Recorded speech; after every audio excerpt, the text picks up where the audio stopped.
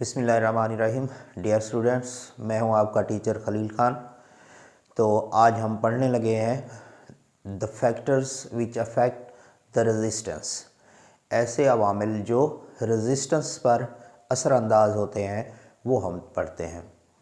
उम्मीद है कि ये वीडियो आपको समझ में आ जाएगी, तो इस वीडियो को लाइक, सब्सक्राइब और शेयर लाजमी कीजिएगा।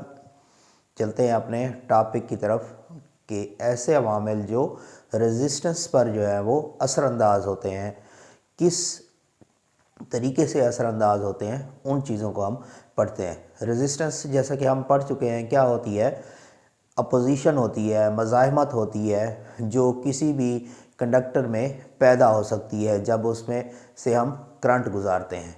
तो जिस कंडक्टर में रेजिस्टेंस ज़्यादा होती है उसमें करंट की मिकदार जो है वो कम होती है, क्योंकि उसमें हर्डल्स पैदा होती हैं या अपोजिशन पैदा होती है टू फ्लो ऑफ चार्ज के लिए।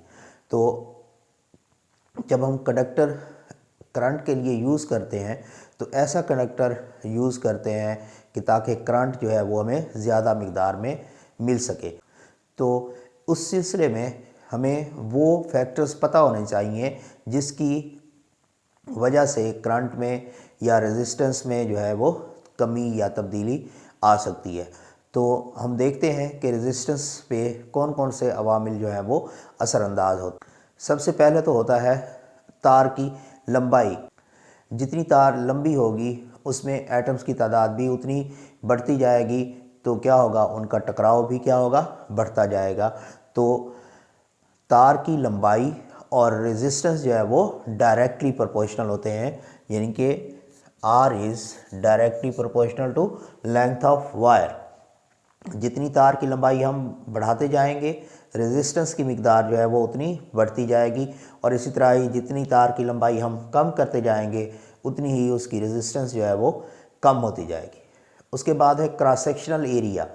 क्रॉस सेक्शनल एरिया का मतलब है कि तार जो है वो कितनी मोटी है या पतली है। अगर हम तार का क्रॉस सेक्शनल एरिया जो है वो बढ़ाते जाएं तो उसकी रेजिस्टेंस जो है वो कम होती जाएगी। देखें, जैसे एक तार है हमारे पास, ये उसका क्रॉस सेक्शनल एरिया है।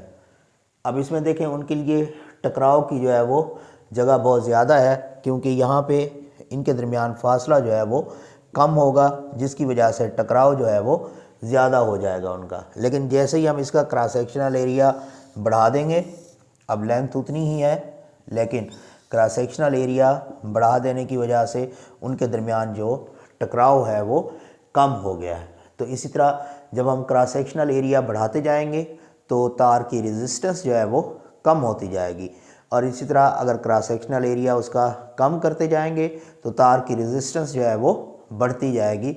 इसका मतलब है कि ये दोनों आपस में इन्वर्सली प्रोपोर्शनल हैं।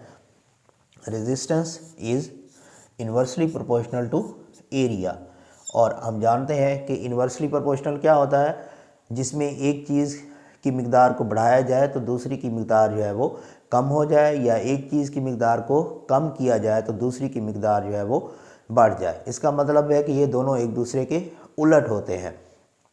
अब तीसरा जो फैक्टर है वो है टेम्परेचर। टेम्परेचर बढ़ाने से किसी भी तार की रेजिस्टेंस जो है वो बढ़ जाती है। क्यों बढ़ जाती है कि जब हम किसी तार को टेम्परेचर देते हैं तो उनके अंदर मौजूद एटम्स की काइनेटिक एनर्जी जो है वो बढ़ जाती है, जिसकी वजह से उनमें टकराव जो है वो शिद्दत अख्तियार कर लेता है या पहले की निस्बत जो है वो ज़्यादा हो जाता है। तो रेजिस्टेंस जो है वो डायरेक्टली प्रोपोर्शनल है किस चीज़ के, टेम्परेचर के, यानी कि टेम्परेचर की मिकदार बढ़ाते जाएंगे तो रेजिस्टेंस की मिकदार भी बढ़ती जाएगी। लास्ट पे है नेचर ऑफ वायर, यानी कि नेचर ऑफ वायर या नेचर ऑफ मटेरियल। किस मटेरियल की वो तार बनी हुई है। अगर वो अच्छे कंडक्टर की तार बनी हुई है तो उसमें क्या होगा कि उसकी रेजिस्टेंस कम होगी, लेकिन इस तरह अगर मटेरियल जो है वो इतना अच्छा कंडक्टर नहीं है तो उसमें रेजिस्टेंस जो है वो ज़्यादा होगी और करंट की मिकदार जो है वो कम होगी। अब हम इन तीनों इक्वेशंस को अगर कंबाइंडली तौर पे देखें तो resistance is directly proportional to L/A, यानी कि directly proportional to L and inversely proportional to A। और हमेशा जो प्रोपोर्शनैलिटी कांस्टेंट हम यूज़ करते हैं या जब हम इसको इक्वेशन की शक्ल में लिखते हैं तो एक प्रोपोर्शनैलिटी कांस्टेंट यूज़ करते हैं। तो R is equal to rho L over A। और रो जो है वो हमारे पास क्या है, प्रोपोर्शनैलिटी कांस्टेंट है, जिसको हम कहते हैं specific resistance. Rho is specific resistance और इसका यूनिट जो है वो है ओहम मीटर। इसको हम स्पेसिफिक रेजिस्टेंस या रेजिस्टिविटी ऑफ द मटेरियल भी कहते हैं। अब देखें, अगर हम इसकी यूनिट मालूम करना चाहें यानी कि इकाई मालूम करना चाहें तो क्या होगा, लेंथ भी हमारे पास क्या हो, 1 मीटर हो, इसी तरह एरिया भी 1 मीटर स्क्वायर हो। तो रेजिस्टेंस जो है वो क्या आ जाएगी, हमारे पास इक्वल आ जाएगी रेजिस्टिविटी के,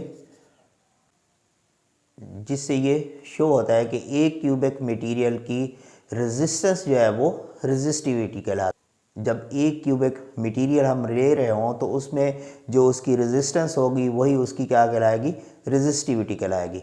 इसी तरह रेजिस्टिविटी जो है वो दो चीज़ों पे डिपेंड करती है, एक तो कंडक्टर की नेचर पे, यानी कि वो किस किस्म का कंडक्टर है, मसलन लोहा, तांबा, एल्युमिनियम, इनके लिए जो स्पेसिफिक रेजिस्टेंस होती है डिफरेंट होती है। हर किसी की अपनी ही स्पेसिफिक रेजिस्टेंस होती है।